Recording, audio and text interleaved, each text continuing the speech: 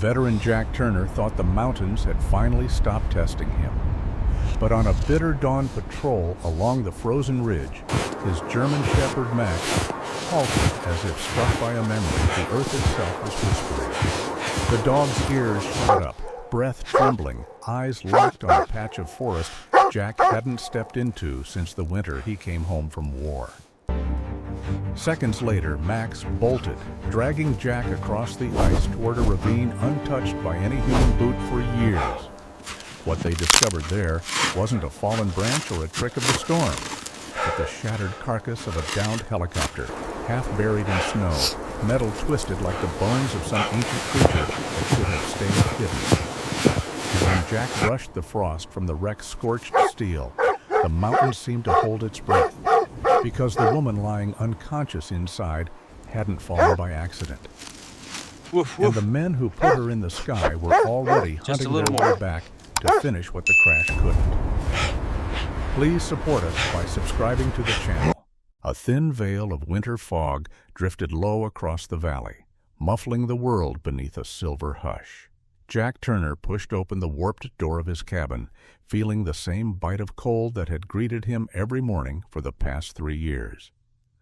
At 47, he carried his age like a man who had lived twice as long, broad-shouldered, heavy-boned, with the rigid posture of someone who once slept in battlefields and never quite learned to rest afterward. His dark hair, now threaded with gray, curled damply at the edges of his hood. His beard, uneven and rugged, hid the tightness of a jaw that clenched even in sleep. Harsh winds had carved lines around his blue eyes, but grief had carved deeper ones, making him look like a man who had lost something he never expected to find again. He stepped down onto the frosted earth, joints stiff from last night's shift at the construction yard. His hands still smelled faintly of diesel and steel shavings. An ache in his right shoulder, a souvenir from a firefight in Fallujah, throbbed with the cold, but Jack had grown so used to it, he rarely noticed. What he did notice was silence, the kind that pressed into a man's skull, reminding him he was alone, except for the dog padding quietly at his side. Max, his 6-year-old German Shepherd, moved with the confidence of a trained guardian, but the gentleness of a creature who understood broken souls. He was a large dog, broad-chested, muscular, coat a striking mix of black and burnished gold. His ears twitched at every sound, shifting ice, distant crows, the crack of wood settling. Max had a way of being alert without being anxious, loyal without being demanding. It was as if he knew Jack needed a companion who didn't ask for explanations. He had been rescued from a shelter, but in truth, Jack always felt he was the one rescued. Jack knelt and adjusted Max's worn leather collar. "Ready, buddy?" he muttered, his voice rough from sleep and the lingering echo of nightmares. Nightmares of explosions, of sand turned red, of 2 teammates whose names he still whispered into the dark. He rose and grabbed his toolbox, intending to fix the sputtering snowblower belonging to Old Man Harper down the road. Harper paid in firewood and canned soup. Jack didn't mind. Money had stopped being the measure of worth after the military discharged him and the world forgot he existed. He trudged toward his rust-speckled pickup truck, its bumper held on by stubbornness and rope. Max hopped into the passenger seat, settling with a sigh. Jack breathed in the faint scent of dog fur and gasoline, strangely comforting in a life that rarely offered comfort. But as he turned the ignition, Max stiffened. The dog's head snapped toward the tree line, ears rigid, body carved into tense alertness. Jack frowned. Max sensed things before Jack did: storms, strangers, coyotes, even Jack's own bad days. "What is it?" Jack asked, scanning the pines. Max growled softly. Warning, not aggression. Something in the sound made Jack's skin tighten under his jacket. He stepped out of the truck. The morning air vibrated with quiet, yet Max's instincts were rarely wrong. Jack followed the dog toward the ridge behind the cabin, boots crunching on frost, and then he heard it. A distant, hollow whump like metal striking earth far away. Not a gunshot, not logging equipment. Something heavier, more final. Max broke into a sprint, and Jack, cursing the ache in his knees, followed. As they climbed the ridge, Jack's mind churned. Was it a crashed vehicle? A hunter in trouble? A fallen tree? The sound had come from deep in the woods, dangerously close to the old ravine no one visited since the avalanche 5 winters ago. Jack reached the top of the ridge and froze. A thin trail of smoke curled upward into the gray sky. Not wood smoke, not from any cabin he knew. This was sharp, chemical, wrong. Max barked once, urgent, insistent. His paws paced in the snow, tail low, eyes locked on the smoke. Jack swallowed hard, the soldier in him waking like an old instinct rising from ash. He grabbed Max's collar and whispered, "Easy, we'll go slow." But inside, Jack felt something he hadn't felt in years, the tightening coil of dread mixed with purpose, the kind that said fate was shifting, and he was about to be pulled into something larger than his worn-down life. He took one last look at the quiet cabin behind them. The debts, the loneliness, the ache of forgotten battles, all of it suddenly felt small compared to the unknown waiting in the trees ahead. Max nudged his hand, urging him forward. Jack breathed out, steadying himself, and together they descended into the cold forest toward the thin column of smoke rising like a warning from the past. He didn't know yet that the wreck he was walking toward carried a woman who would change his life. He didn't know that powerful men were already hunting her. He only knew that Max had chosen this path, and when Max chose, Jack followed. It was how they stayed alive. The valley held its breath as they disappeared into the trees. Jack moved fast, boots breaking through the crusted snow as Max pushed ahead, tail down and body tense like a drawn bowstring. The wind had thickened into biting sheets of white, the kind that erased tracks within minutes. But the faint smell of burning fuel clung to the air. Sharp, metallic, unnatural. Jack's breath rasped through the cold, each exhale echoing memories of battlefield nights when darkness hid more than it ever revealed. He tightened his grip on his flashlight, the beam trembling slightly as he followed Max down the slope toward the twisted silhouette rising from the snow. The crashed helicopter looked like a giant bird torn apart mid-flight, its metal skin peeled open and still sizzling with dying heat. Smoke curled upward in thin, anguished threads. Jack slowed, instincts flaring. He scanned the tree line. Nothing moved but the storm. Still, he felt eyes on him, as if the mountain itself was judging whether to let him walk closer. Max growled, pacing around a mound of wreckage half buried in snow. Then Jack saw her. A woman lay sprawled beside a broken section of fuselage, her body twisted but unmistakably alive. Her coat was navy tactical fabric, now torn and soaked in blood from a gash along her side. Her badge was clipped to her chest rig, scratched but legible. Federal Agent Sarah Collins. She appeared to be in her early 30s, athletic yet slender, with long dark hair matted to her pale forehead. Her face, oval, sharp at the cheekbones, carried a look that might have once been proud confidence, now reduced to a mask of pain. Even unconscious, she looked like someone who fought until the very last second. Jack crouched beside her, gloved fingers trembling not from cold, but from something heavier, responsibility, disbelief, the sudden shift from quiet laborer to the soldier he thought he'd buried. Max sniffed the air around Sarah, then licked her hand gently. She stirred. Her eyes fluttered open, revealing irises of deep storm gray, alert even through the haze of agony. She tried to reach for her sidearm, but her arm collapsed under her. When she spoke, her voice cracked like brittle wood. Don't let them take it." Jack leaned closer. "Easy. "You're safe. What happened?" But Sarah's gaze locked not on him, but on a strap across her chest, a small interior pocket where a slim black USB drive was secured. She clutched it weakly. "Evidence. They knew we found it. The pilot. They killed." Her breath hitched sharply as pain cut her off.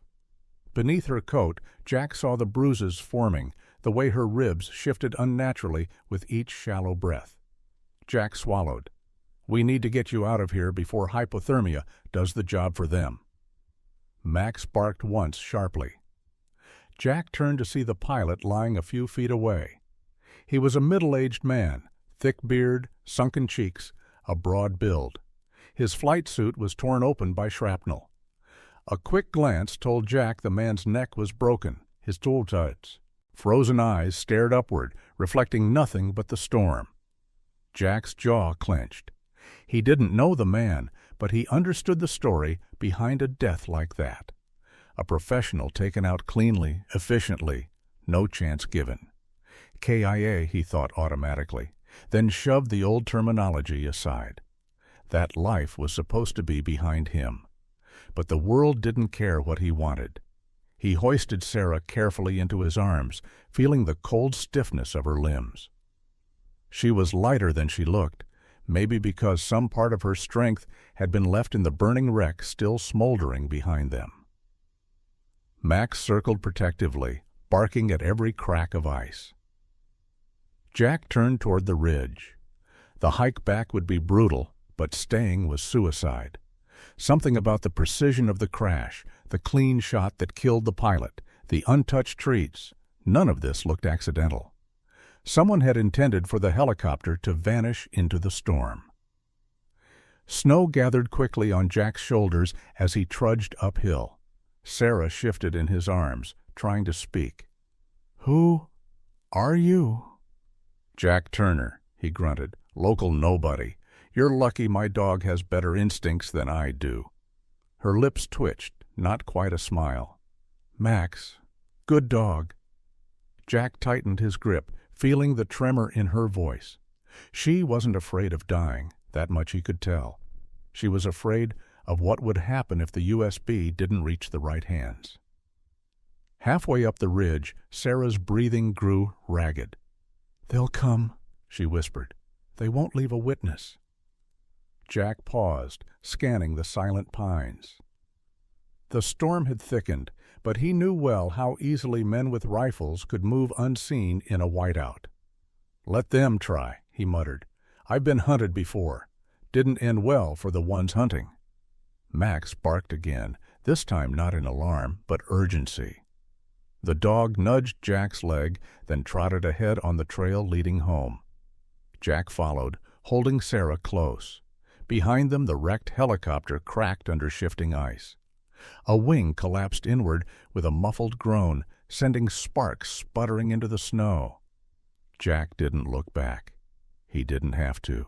He felt it in his bones. This was no longer a rescue. This was the beginning of a war he hadn't asked for.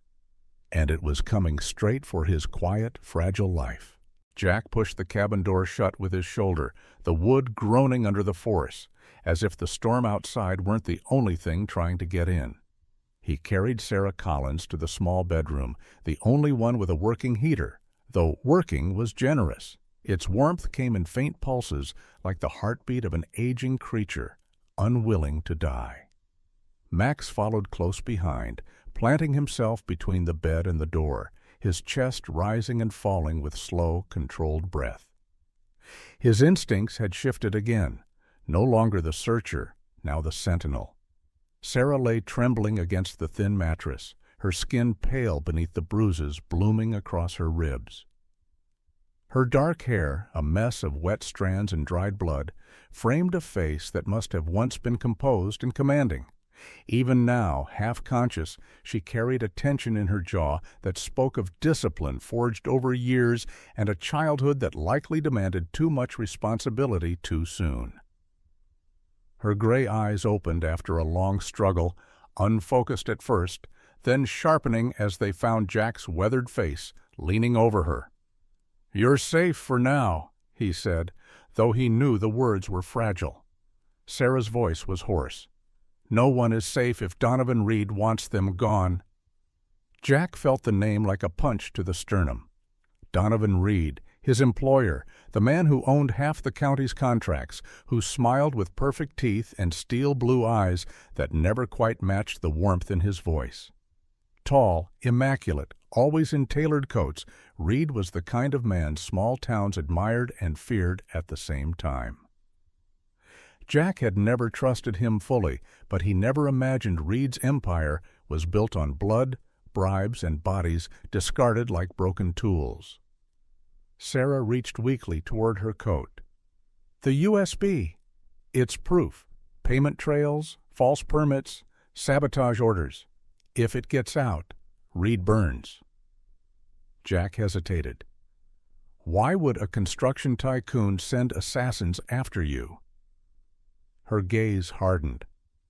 "Because his energy project up the mountain isn't just a construction plan, it's laundering. He paid officials to look away while his equipment poisoned the water table. A whistleblower inside leaked documents. I was supposed to extract him. He disappeared before I arrived." Jack felt his stomach twist. He remembered Miguel, the young crane operator with honest brown eyes and a quiet laugh, who vanished 2 weeks ago without a goodbye. Reed called it sudden relocation, but Jack knew the ache in a man's soul when something darker was truth. Before he could ask more, Max growled, the deep, primal kind that never came without reason. Jack stood, moving silently to the window. At first he saw only darkness, then a flicker, headlights carving through the trees, growing brighter, closer. Damn it! He moved fast, grabbing the oil lamp and blowing it out. The cabin dropped into cold darkness. Sarah tensed, but didn't speak. She understood. Jack lifted a loose plank. Beneath the rug, revealing a hidden storage pit lined with old blankets and hunting gear. He helped Sarah down, covering her with insulated canvas. Max lowered himself beside her unprompted, massive body, shielding her from the open air. Jack whispered, "If I tell you to run, you follow Max. He knows the forest better than I do." Sarah's breath hitched. "What about you?" Jack's lips tightened into a thin, humorless line. "I've been hunted before." He closed the hatch just as gravel crunched outside. Shadows moved across the curtains, 3 silhouettes, bulky and disciplined. Jack recognized the posture instantly. Not cops, not locals, mercenaries. Reed had always surrounded himself with men whose loyalty could be bought by the job, not by conscience. Jack grabbed his hunting rifle from the wall, fingers brushing over the carved initials of a fallen comrade, BR, and steadied himself. The first knock wasn't a knock at all, but a hammering fist. "Turner, open the door!" The voice was harsh, male, with the roughness of someone who'd smoked cheap cigarettes since adolescence and survived more fights than friendships. Jack remained still. The second voice followed, lower, more composed. "We know what you found on the ridge. Step aside, and this stays simple." Jack recognized that tone, the kind used by men who'd done terrible things long enough that it no longer troubled their sleep. He breathed deep, feeling the old soldier inside him shift awake like a dormant beast. "This property's private," he said calmly. "You're trespassing." A pause, then the sound of boots crunching closer. "We're coming in." Jack braced himself just as the door's hinges shrieked under the pressure of a battering ram improvised from a metal beam. The door splintered inward on the second hit. Snow swept into the room, swirling around the legs of the first mercenary, a bald brute with a jagged scar across his jaw and shoulders thick as cinder blocks. His eyes were dead black, without hesitation or mercy. Behind him stood another man, leaner, bearded, with a sharp-hooked nose and jittery fingers that kept brushing his trigger guard, a nervous one, the kind who shoots too early. Jack didn't wait. He fired once into the ceiling, showering sparks and debris. The mercenaries flinched. Jack used the half-second of confusion to shove the broken door into them, knocking the jittery one back against the railing.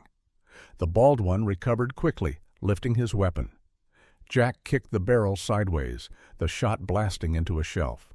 A third silhouette moved outside the doorway, holding something metallic, a radio, or maybe a jammer. Their leader, perhaps. Jack ducked behind the overturned table, breath ragged. He wasn't trying to win, only to buy Sarah and Max time to escape if needed. But he didn't know the hatch beneath him had started to rattle, Max nudging it anxiously from below, sensing Jack's rising heartbeat, knowing danger too well.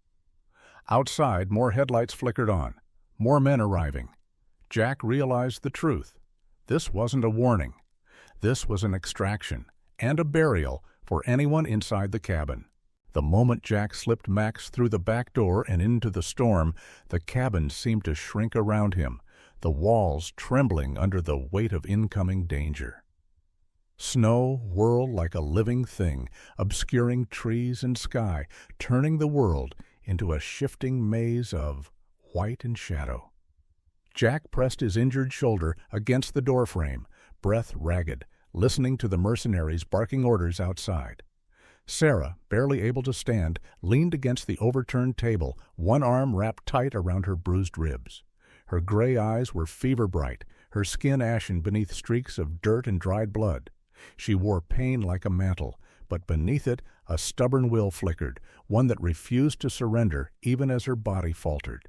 From the crawl hatch beneath the floor, Max's absence created a hollow space in the room, as if the heartbeat of the cabin had vanished. But Jack had no time to dwell on it. He checked his ammunition, few rounds left, and tightened his grip around the stock of his old rifle. The weapon was scratched, dented, and held together with grit and memory, but it had never failed him before. It couldn't fail him now. A stone smashed through the front window, showering glass across the floor. The bald mercenary, the one with the scar carved along his jaw, appeared in the opening, scanning the darkness with predatory precision. His face was sculpted in the cruel angles of a man who enjoyed his work too much. Beside him, the bearded operative jittered in place, tapping the barrel of his gun as if keeping rhythm with his own nervous heartbeat. Both men were soaked in snow, their tactical coats shimmering under the dim moonlight like armored shadows. "Turner!" the scarred brute shouted, his voice booming. "This ends now. Bring us the agent and the drive, and maybe you walk away with both legs." Jack didn't answer. He crouched lower, signaling Sarah to stay behind him. She slid down to the floor, her breath shallow but steady, clutching the USB to her chest beneath layers of torn clothing. Outside, Max tore through the storm. The dog's legs churned against drifts that swallowed him up to the belly, his breath steaming into the air in frantic bursts. The collar around his neck bounced with every stride, the folded note inside it thudding against his fur. He was alone now. No Jack beside him to give orders, no warm cabin to return to, just the white wilderness and a mission that his instincts insisted he understood. Max forced himself forward, ears pinned flat against his head as icy wind lashed his face. Jack's hope rested on that dog, and Max ran with all the desperate loyalty of a soldier who knew the fate of his pack hung on his success. Behind him, the woods shifted with danger.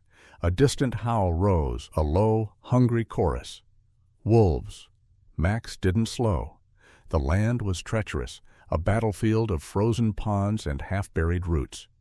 His paws slipped on a sheet of ice, sending him skidding across the surface until he slammed into a fallen log. Pain shot through his side, sharp and electric, but he pulled himself up again, shaking the snow from his fur. There was no time to limp, no time to cry out. He pushed forward. Back at the cabin, the mercenaries advanced.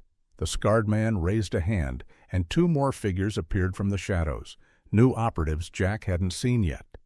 One was a tall, wiry male with a gaunt face and sunken cheeks, the kind of man whose eyes were too small and too watchful, suggesting a lifetime of distrust. The other, broader and younger, wore a thick beard and had a look of conflicted hesitation. Maybe a rookie, maybe someone who wasn't fully hardened. Their presence confirmed Jack's fear. Reed had sent nearly his entire disposal unit. The bearded, jittery mercenary kicked the broken door aside. "He's almost out of ammo anyway," he muttered, a wild glint in his eyes. "Just rush him." Jack fired a warning shot, the bullet slamming into the wall, inches from the man's ear. "Try it," Jack growled. The man flinched so violently he stumbled backward. The scarred brute snarled. "Stop playing with him. We go in on 3. Jack's mind raced. If they stormed the room all at once, he wouldn't hold them off. His traps outside had already triggered, lines snapped, smoke screens rising, shadows flaring. But these weren't amateurs. They were closing in. Sarah struggled to push herself upright. "Jack, give me a weapon. You can barely stand." "I don't need to stand," she rasped. "I just need to pull a trigger."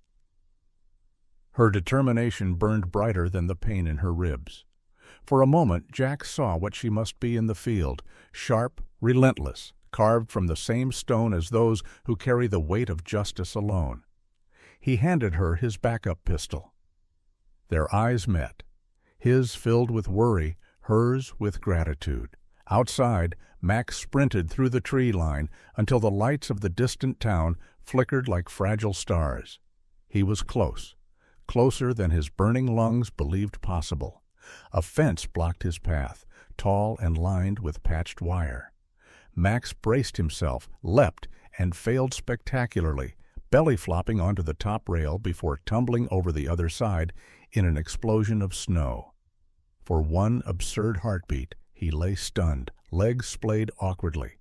Then he scrambled upright, shook violently, sneezed, and kept running. Even fate couldn't stop a dog with purpose. Storm winds roared as he raced toward the sheriff's station. And back at the cabin, the scarred mercenary began his countdown. 1, Jack aimed. 2, Sarah steadied her breath. 3. But before he could finish, a distant howl, Max's howl, echoed through the valley. Jack's heart surged with hope he refused to show. Reinforcements weren't here yet, but Max had made it far enough for his voice to carry.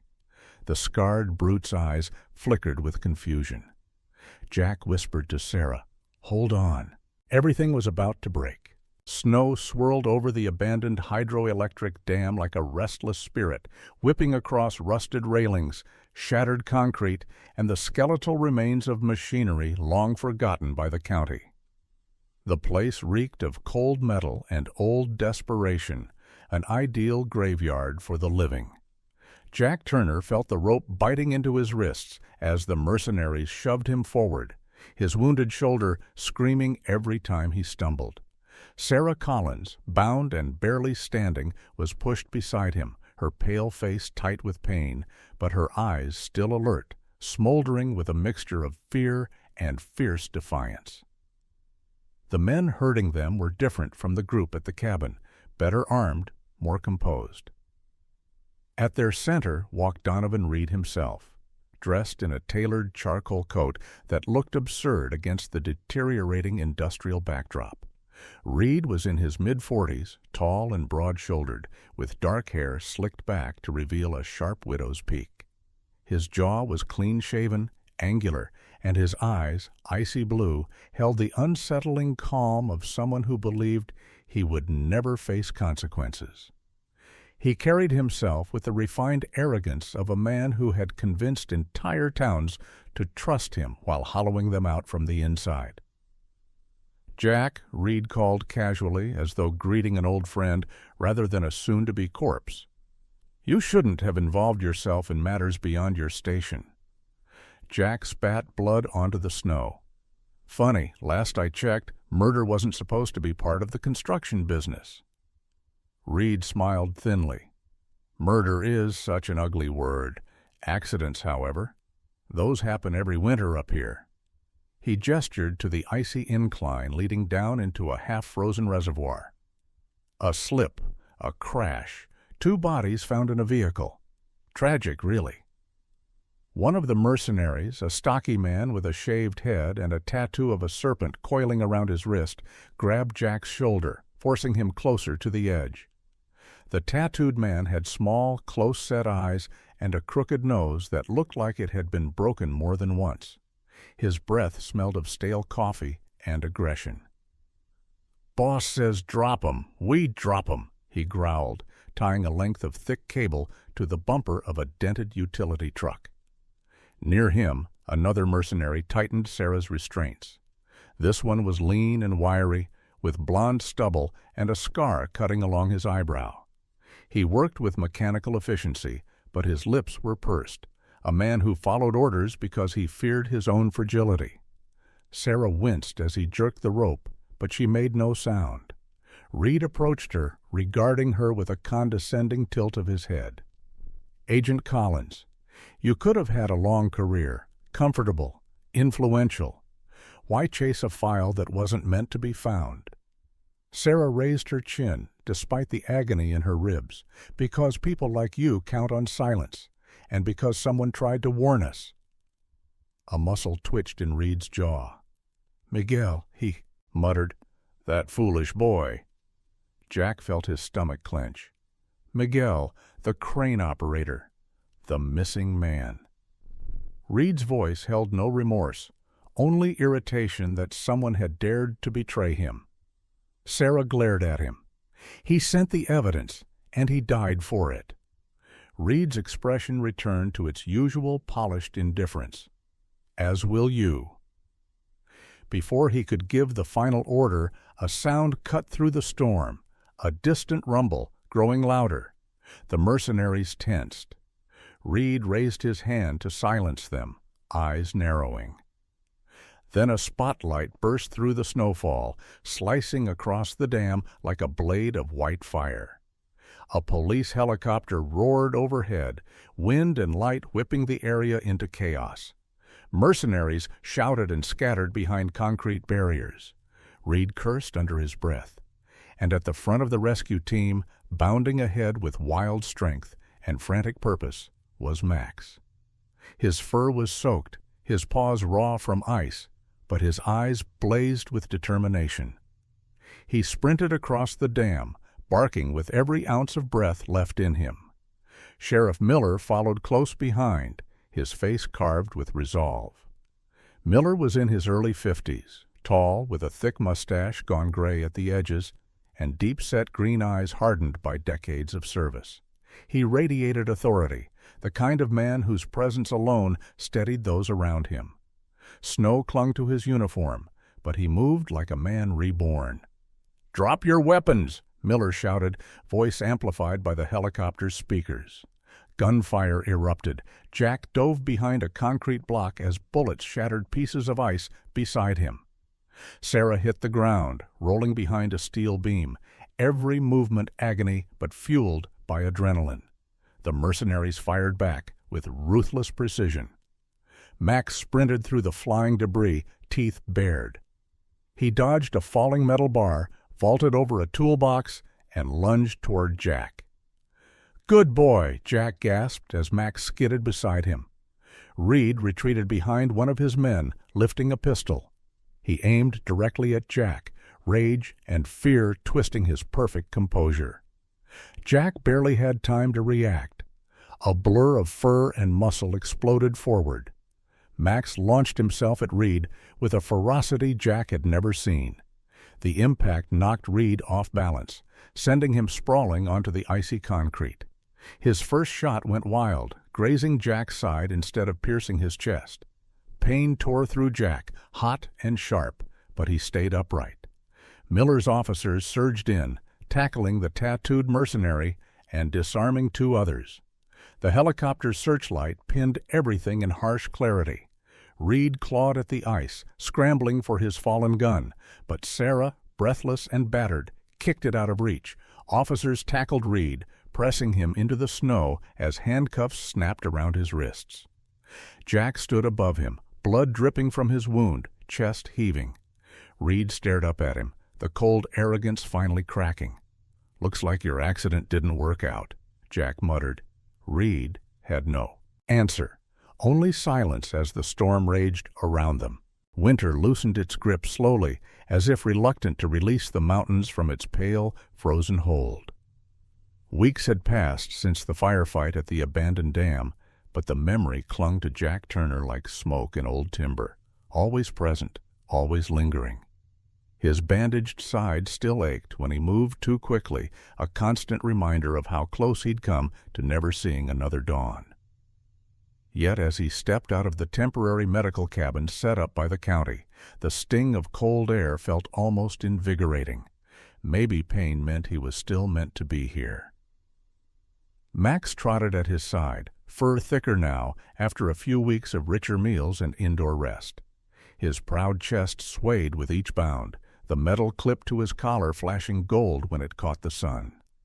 He looked every bit the hero the newspapers proclaimed him to be, though any passerby would discover quickly that Max's true passion was stealing Jack's breakfast or sneaking his nose into every unattended bag he could find. But beneath the mischief burned a loyal heart, fierce enough to sprint through a blizzard for the one human he trusted more than life. Sarah Collins waited near the sheriff's SUV, leaning casually against the frame. Her injuries had healed enough for her to move without wincing, though a faint shadow of exhaustion still lingered beneath her storm-gray eyes. Her dark hair, cut shorter since the hospital, now brushing just above her shoulders, framed her face with a new sense of sharpness. The bruises had faded, but the steel in her posture had only grown stronger. She wore a charcoal coat and slim tactical boots, giving her the composed authority of a woman who'd survived the worst and learned from it. "Look at you," she said with a faint smile. "Standing, breathing, not being shot at. I barely recognize you." Jack huffed a dry laugh. "Don't jinx it." His voice softened. "You heading back to D.C. today?" She nodded, expression turning serious. The USB and my testimony were enough to indict Donovan Reed on every major charge: fraud, environmental sabotage, conspiracy to murder federal personnel, and a dozen more. He's not getting out. A brief flash of sadness crossed her features. And Miguel's family will finally know the truth. Jack lowered his gaze. He didn't deserve what happened. "Neither did you," Sarah replied gently. "But you stood your ground anyway." She paused. "Thank you for saving my life, Jack." He shifted uncomfortably, scratching Max's ear. Compliments were still foreign to him, like trying to hold snow without letting it melt between his fingers. "You would have done the same." Sarah shook her head. "No, you did more. You risked everything when you had nothing left to give." Before he could respond, Sheriff Miller approached.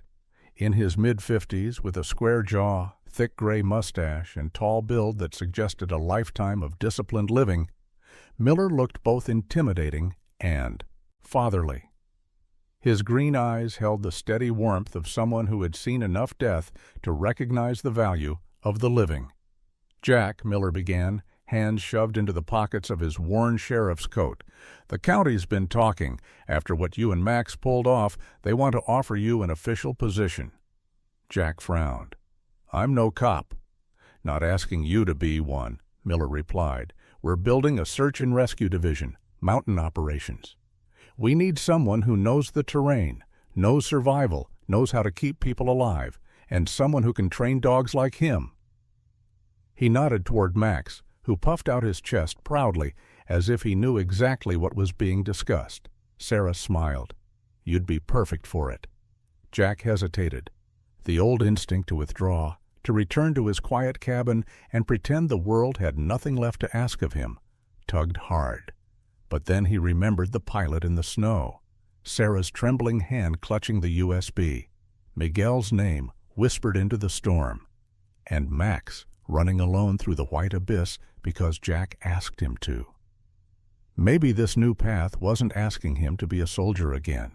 Maybe it was offering him something he'd thought he'd never have, purpose without destruction. "I'll do it," he said finally. Miller grinned. "Knew you would." A month later, the cabin at the edge of the valley looked different, not polished, not luxurious, but tended to. The roof no longer leaked. The porch stood straighter. Smoke curled from a new, efficient wood stove. And beside the door hung a small wooden sign Miller had carved himself. Volunteer Rescue Station, Jack and Max. Max lay stretched across the porch, head resting on Jack's worn boots, tail thumping lazily. Snow fell in lazy flakes around them, the kind that softened the world rather than buried it. Jack sat in his rocking chair, a tin mug of cheap instant coffee warming his hands. His breath rolled into the cold air in gentle clouds as he gazed toward the forest. Life wasn't suddenly easy. The town was still small, his income modest, his past scars deep. But something inside him had shifted. He wasn't drifting anymore. He wasn't alone in the fight. And when he closed his eyes, the silence of the mountains no longer felt like a threat. Sarah had visited before leaving for D.C., promising to return when she could. Miller checked in often. And Max was exactly where he belonged. A faint voice carried on the wind from the distant town, someone calling from the main road. "Hey, someone's missing up on the ridge." Jack stood, slipping on his coat. Max rose instantly, shaking snow from his fur, ready, always ready. Jack smiled softly. "Come on, partner, time to work." And together they headed into the falling snow, the man who thought he had nothing left, and the dog who proved him wrong. In the end, some people said Jack Turner's story was nothing more than luck, an accident of timing, a simple twist of fate. But those who truly knew what happened on that frozen mountain understood something deeper. Some rescues are too perfect to be coincidence, too timely to be explained by chance alone. When a wounded agent fell from the sky, when a broken soldier found purpose again, when a dog braved the storm to carry hope across miles of darkness, it felt as though the mountains themselves were guided by a gentle, unseen hand. And many whispered the same quiet truth. God puts the right people in the right place, exactly when the world thinks we've run out of chances. Because miracles don't always arrive with thunder and fire. Sometimes they look like a tired veteran who refuses to give up. Sometimes they look like a loyal German shepherd racing through a blizzard. Sometimes they look like a stranger stepping in at the moment we need them most. And just as it was for Jack and Max, so it can be for us. In our daily lives, when we feel lost, overwhelmed, afraid, or forgotten, God often sends help in ways we don't expect. A kind word, a loyal friend, a moment of courage, a light in the snow when everything seems cold. So if you are watching this today, may you remember, no storm lasts forever. No fall is final. No battle is faced alone. God walks with you even when the path is hidden. And when you cannot take another step, He sends someone, sometimes even a dog, to guide you home. If this story touched your heart, please consider sharing it, leaving a comment, and subscribing to the channel so more people can feel the warmth of hope in a world that desperately needs it. May God bless you, your family, your journey, and every loyal companion who walks beside you. Amen.